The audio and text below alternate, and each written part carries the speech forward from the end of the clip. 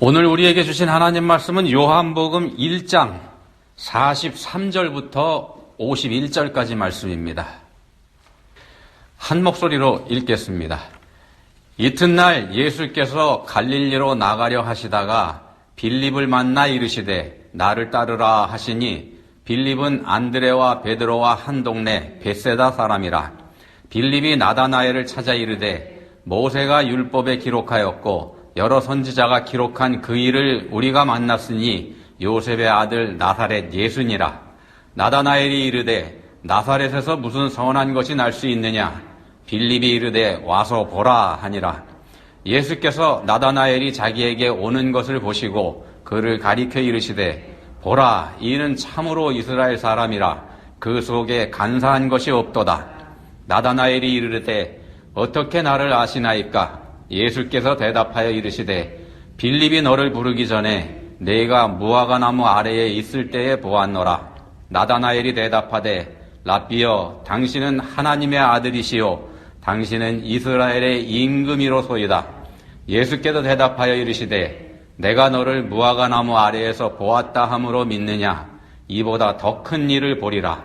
또 이르시되 진실로 진실로 너희에게 이르노니 하늘이 열리고 하나님의 사자들이 인자 위에 오르락 내리락 하는 것을 보리라 하시니라. 아멘. 세뮤얼 스마일즈라고 하는 사람이 있는데요. 이 사람은 용기에 대해서 5가지로 구분을 했습니다. 자기 책에서 5가지로 구분을 했는데 이렇게 구분을 했습니다.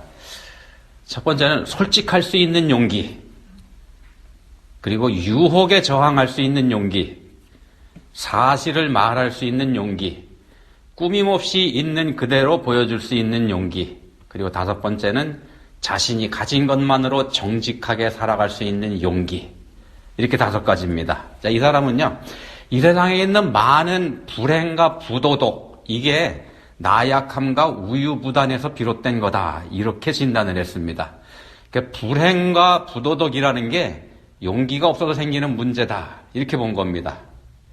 자, 뭐가 옳은 건지 알고 있어도 그것을 실행할 용기가 없는 것, 그런 용기를 내지 못하는 것이 보통 사람들이다.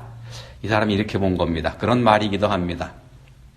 예전에는요, 지위가 높은 사람의 비위를 건드리지 않기 위해서 진실을 말하지 못하는 시대이었다고 하면은, 옛날에 그랬다고 하면은요, 요즘에는요, 반대로 지위가 낮은 사람들의 비위를 건드리지 않기 위해서 진실을 말하지 않는 경우도 허다합니다. 요즘은 그런 시대입니다.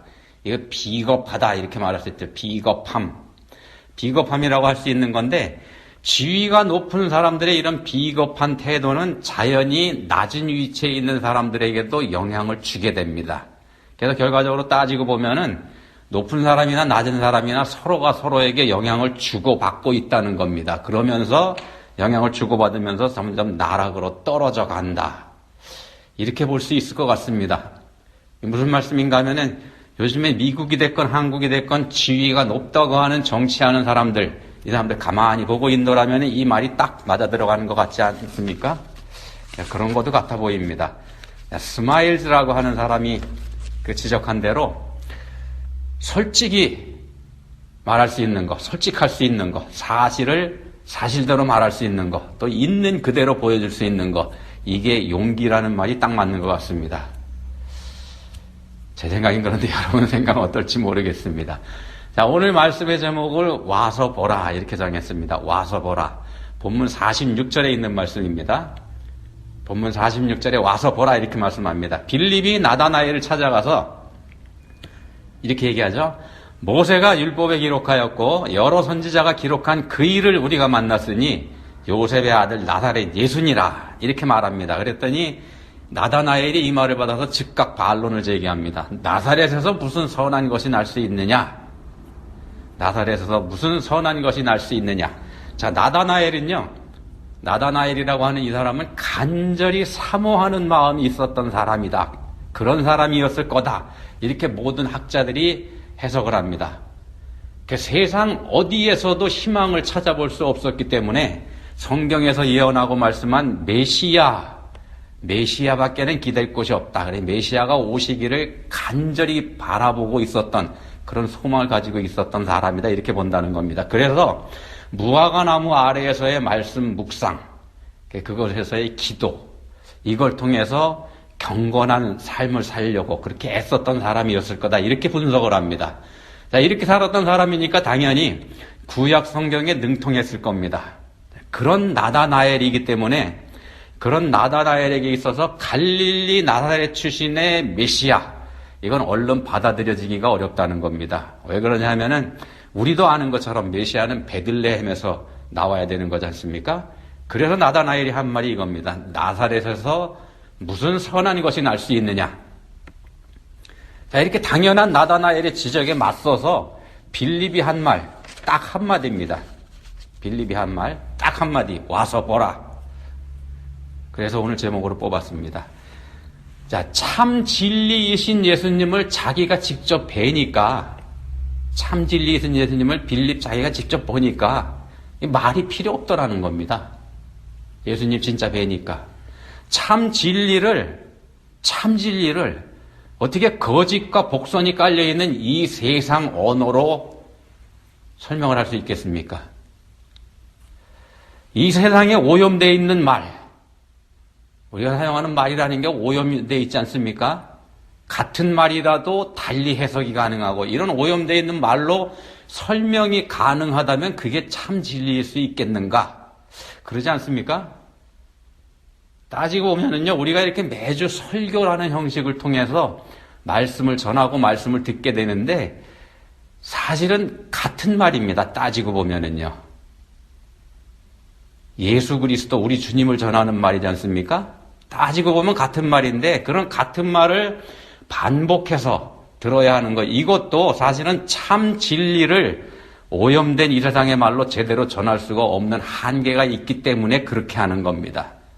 그래서 매주 다른 말인 것처럼 전하지만 사실은 같은 말이라는 겁니다. 그래서 요한계시록에 보시면 천국에서는 끊이지 않는 찬양이 있는 곳이다. 이렇게 설명이 되죠.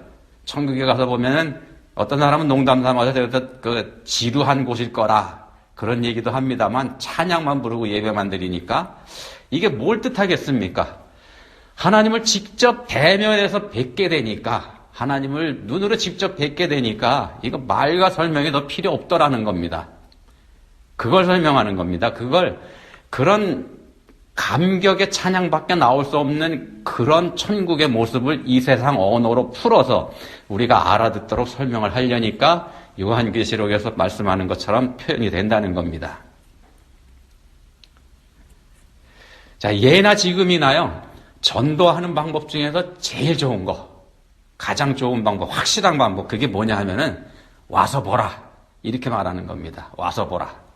그거면 된다는 겁니다. 쉽죠. 와서 보라. 그 말만 하면 된다는 겁니다. 근데 사실은 이 방법은요, 예수님께서 창안하신 방법입니다. 예수님께서 만드셔서 예수님께서 제일 먼저 사용하셨던 겁니다. 본문보다 조금 앞에 보시면은 이런 내용이 있습니다. 침례 요한을 따르던 요한의 제자 두 사람이 보라, 하나님의 어린 양이로다 라고 말하는 요한의 증거를 듣고서 이 두 제자가 예수님에게로 가죠. 그리고 가서 주여 어디 계시오니까 이렇게 물어봅니다. 이런 질문을 받은 예수님께서 그 제자들에게 하신 말씀, 와서 보라. 요한복음 1장 39절입니다. 와서 보라. 예수님의 이 한마디 말씀이 기독교 전도 역사의 시작이 됩니다. 기독교 전도는 예수님의 와서 보라 이 말씀으로 시작이 됐습니다. 쉽지 않습니까? 되게 쉽죠. 자, 근데도 우리에게는 세상에서 제일 어려운 게 전도하는 겁니다. 세상에서 제일 어려운 게 전도하는 게 돼 있죠. 왜 그럴까요? 네, 와서 보라 이렇게 말할 용기가 우리한테 없기 때문입니다. 와서 뭘 보게 될지 불안하기 때문에 감히 그런 말을 못하는 겁니다. 와서 뭘 보게 될지 모르니까. 보여주기보다는요, 그래서 보여주기보다는 그냥 말로 때우려고 하죠. 이렇고 저렇고 설명에 설명을 더해서 그렇게 전하려고 하니까 이게 힘들기도 하고요. 먹혀들지도 않고. 그래서 세상에서 제일 어려운 게 전도하는 거. 이렇게 돼버린 겁니다. 우리에게 용기가 없어서. 자, 누가복음 17장 20절, 21절에서 이렇게 말씀합니다. 누가복음 17장 20절, 21절 말씀입니다. 바리새인들이 하나님의 나라가 어느 때에 임하나이까 묻건을 예수께서 대답하여 이르시되 하나님의 나라는 볼 수 있게 임하는 것이 아니요 또 여기 있다 저기 있다고도 못하리니 하나님의 나라는 너희 안에 있느니라. 하나님의 나라를 묻는 질문에 예수님의 대답은 뭐였었냐면은 하나님의 나라는 너희 안에 있느니라, 이런 대답이었습니다. 하나님의 나라는 너희 안에 있느니라. 여기서 너희 안에라는 이 말씀을 우리는 너희 마음속에 이렇게 해석하는 경향이 있습니다만, 이 너희 안에라는 이 말씀은요, 원래는 그런 뜻이 아닙니다. 너희 마음속에 이게 아니고요. 이게 아니고 너희들 중에, 너희들 한가운데, 그런 뜻입니다. 너희들 한가운데. 그래서 영어 성경 보시면은 within, midst 이렇게 번역을 하고 있죠. 유대인들의 대화하는 습관을 알면은 이 말씀이 쉽게 이해가 됩니다. 유대인들이 대화할 때, 여러 사람이 모여서 대화할 때 어떻게 하냐면은 말을 주도하거나 이끄는 사람 또는 가르치는 사람이 가운데 서고 나머지 사람들이 빙 둘러섭니다. 그렇게 대화를 합니다. 그게 이 사람들의 이제 대화하는 습관인데, 자, 그럼 한번 보십시오.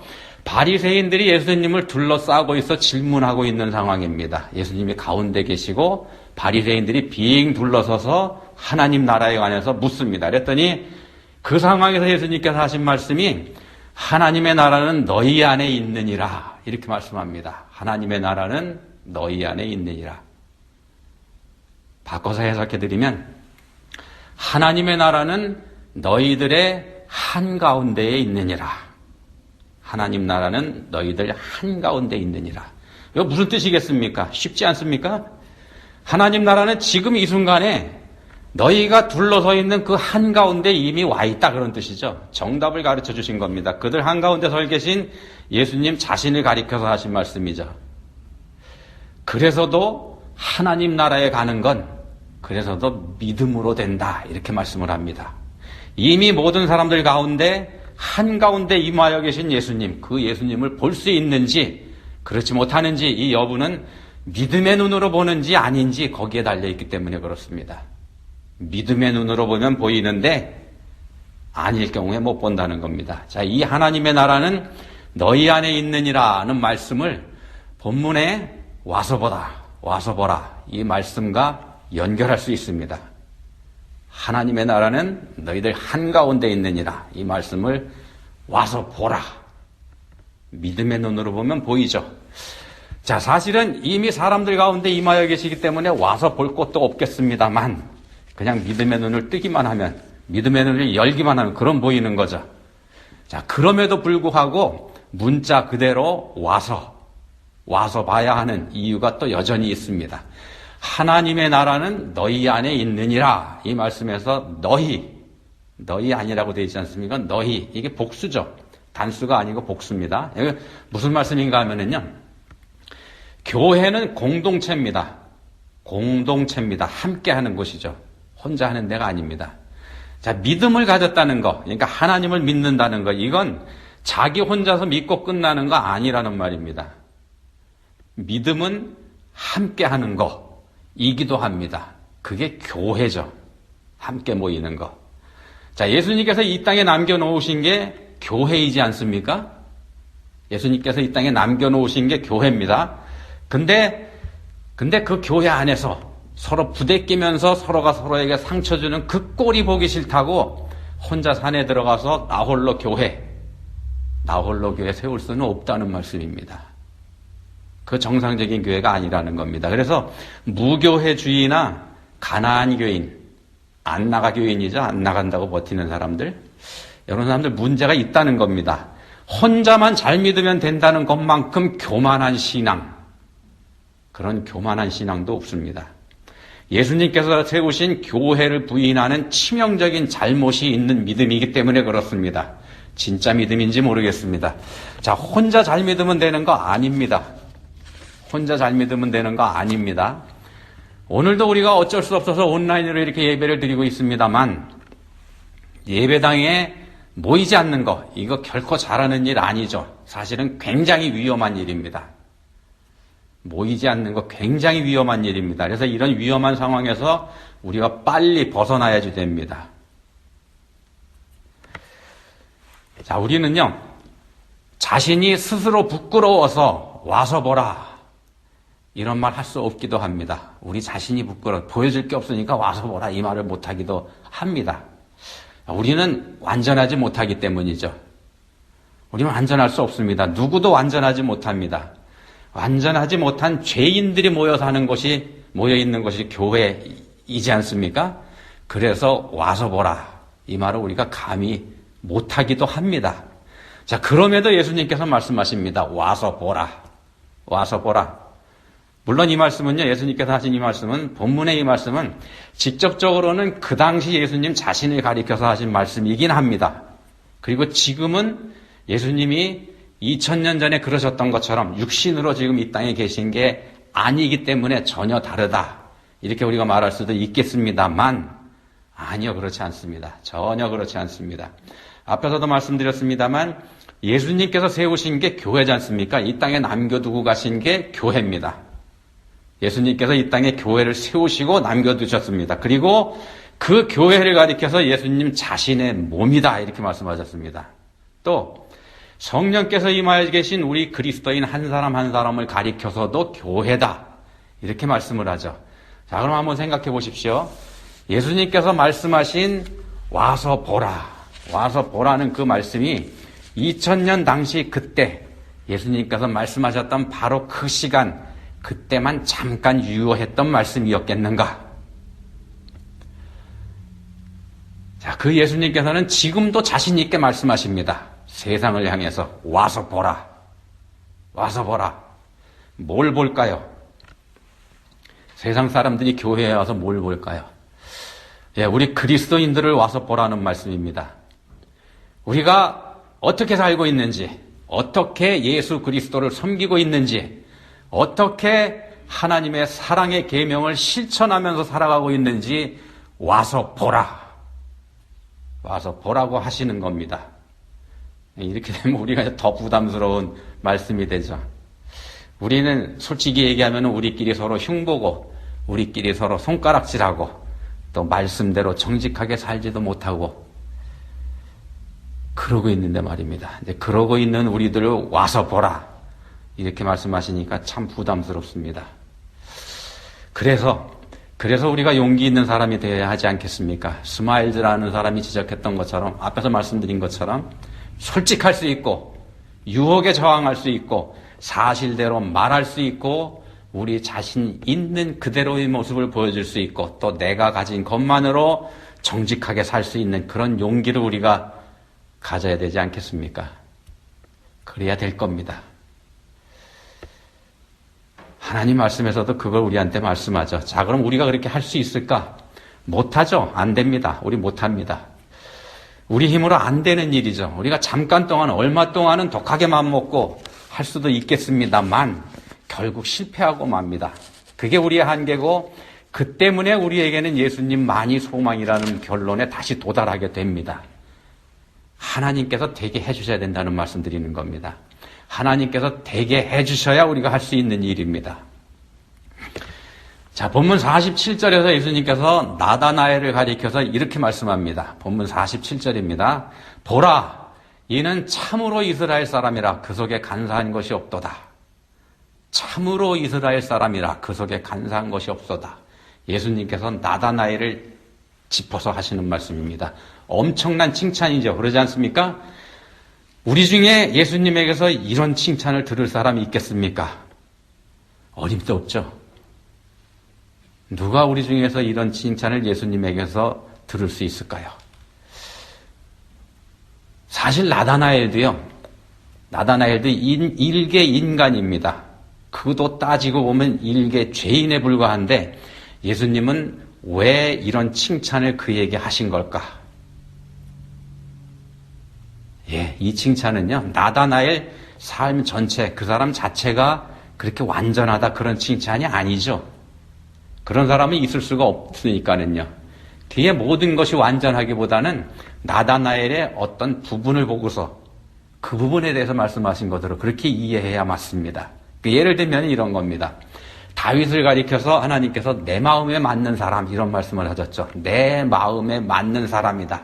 이새의 아들을 보니 내 마음에 맞는 사람이다. 하나님께서 이런 말씀을 하셨는데 그 다윗이란 사람 살인한 사람이지 않습니까?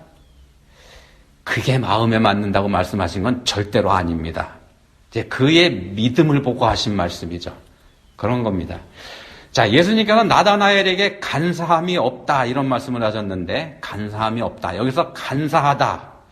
이 말을 원어로 보면 돌로스라고 하는 단어인데요. 무슨 뜻이냐면은 교활함, 속임 그런 뜻이 있는 겁니다. 교활하다, 속이다. 속임이 없는 용기 있는 사람이다 이런 뜻도 된다는 겁니다. 나다나엘이 속임이 없는 용기 있는 사람. 성경에서 이렇게 간사하다, 속이다 이 말하고 직접적으로 연결되는 사람이 있죠. 예, 이스라엘이라고 별명이 붙은 야곱이라는 사람입니다. 우리가 잘 아는 사람이죠. 야곱은 우리가 알고 있는 것처럼 형도 속였고요. 아버지도 속였습니다. 그리고 나중에는 장인과 더불어서 서로 속고 속이는 경쟁을 하면서 그렇게 살지 않습니까? 그 야곱이 이스라엘이라는 영광스러운 이름을 얻은 거, 이거 야복강가에서 밤새도록 하나님의 천사와 씨름하고 난 후에 얻었습니다. 이스라엘, 하나님과 겨루어 이긴 자, 이런 뜻이지 않습니까? 하나님과 겨루어 이긴 자. 여기 사실은요, 풍자가 섞인 이름입니다. 약간의 풍자가 들어있습니다. 비꼬는 이름이란 말씀입니다. 자, 하나님에게도 끝까지 지지 않고 고집 부린 자, 그런 뜻입니다. 끝까지 고집을 꺾지 않은 야곱의 허벅지 관절, 옛날 성경에 환도뼈라고 되어 있는 그 부분을 쳐버리시면서 하나님께서 주신 이름입니다. 또 고집을 부리고 꺾지 않으니까. 야, 그래, 네가 이겼다.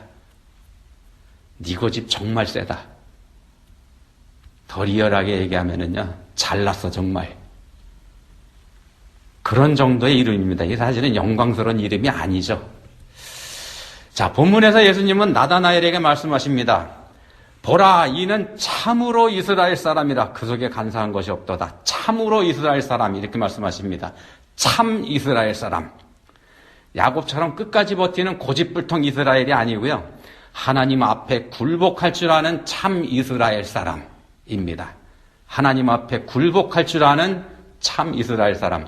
나다나엘은 앞에서 말씀드린 것처럼요, 성경에 관한 한 나름대로 자신 있는 사람이었었습니다. 그래서 그 일을 우리가 만났으니 요셉의 아들 나사렛 예수니라. 이렇게 와서 자기에게 말하는 그 빌립의 말에 곧바로 대응하지 않습니까? 나사렛에서 무슨 선한 것이 날 수 있느냐?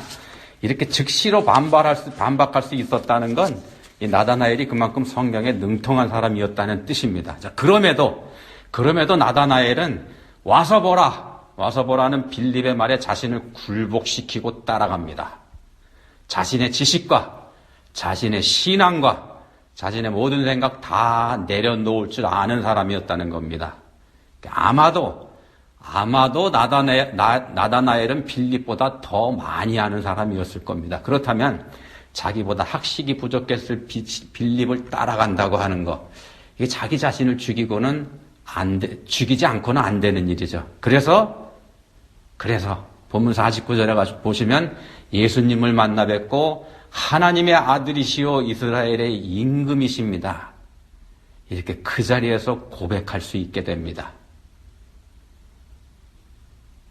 그만큼 메시아에 대한 지식을 충분히 가지고 있던 사람입니다. 그 사람이 와서 보니까 더 이상의 의문이 없더라는 겁니다. 자기 자신의 지식과 신앙과 모든 걸 내려놓고 어쩌면 자기보다 잘 모르는 빌립을 따라갔을 때 예수님을 뵐 수 있게 됐다는 겁니다. 자, 나다나엘처럼 자신을 내려놓을 때 우리도 자신 있게 와서 보라고 말할 수 있게 된다는 말씀을 지금 드리는 겁니다. 우리가 다른 사람들에게, 특히 믿지 않는 사람들에게 뭘 자신 있게 보여줄 수가 있겠습니까? 우리가 그들에게 뭘 와서 보라 이렇게 말할 수 있겠습니까? 그럼에도 우리 주님은 말씀하십니다. 와서 보라. 와서 이 사람들을 보라. 그리스도인들을 보라. 자, 그러면 이제 우리가 그렇게 말할 수 있는 사람이 되어야 되지 않겠습니까? 그런 사람들이 돼야죠. 어떻게 할까요? 어떻게 하면 될 수 있을까? 모이는 겁니다. 그게 첫째입니다. 와서 보라 하셨지 않습니까? 모이는 게 먼저입니다. 모이는 게 우리 생각, 우리 경험, 우리 자존심 이거 내려놓는 것이기도 합니다. 나다나엘이 빌립을 따라간 것처럼 내려놓고 가지 않습니까? 자, 기독교는 만남의 종교입니다. 기독교는 만남의 종교입니다. 혼자 믿는 거 아닙니다. 혼자 믿는 건 기독교 아닙니다. 우리가 함께 할 때 하나님께서 우리를 만들어 가십니다. 혼자 있을 때 아니고요. 우리가 함께 할 때 우리를 하나님께서 만들어 가십니다. 말씀으로 만들어 가십니다. 그럴 때 우리는 와서 보라 이렇게 하면 되는 겁니다. 만들어져 가고 있는 우리를 보여주면 된다는 말씀입니다. 그렇게 하는 게 순종입니다. 그게 순종입니다. 하나님 앞에서 내 고집 부리지 않는 것. 하나님 앞에서 내 고집 부리지 않는 겁니다. 기도하시겠습니다. 하나님 아버지, 전도하는 게 그렇게도 어려운 저희들에게 가장 쉬운 길을 가르쳐 주셨습니다. 와서 보라. 이렇게만 하라고 하셨습니다. 그렇게 하는 저희 모두가 될 수 있기를 원합니다. 모든 사람들에게 저희 자신을 드러내 보여줄 수 있는 저희 모두가 될 수 있으면 참 좋겠습니다. 보여줄 수 있는 참된 용기, 참된 믿음, 그런 믿음 가진 참 이스라엘 사람들로 저희가 살게 해주시기 원합니다. 예수님 이름으로 기도합니다. 아멘.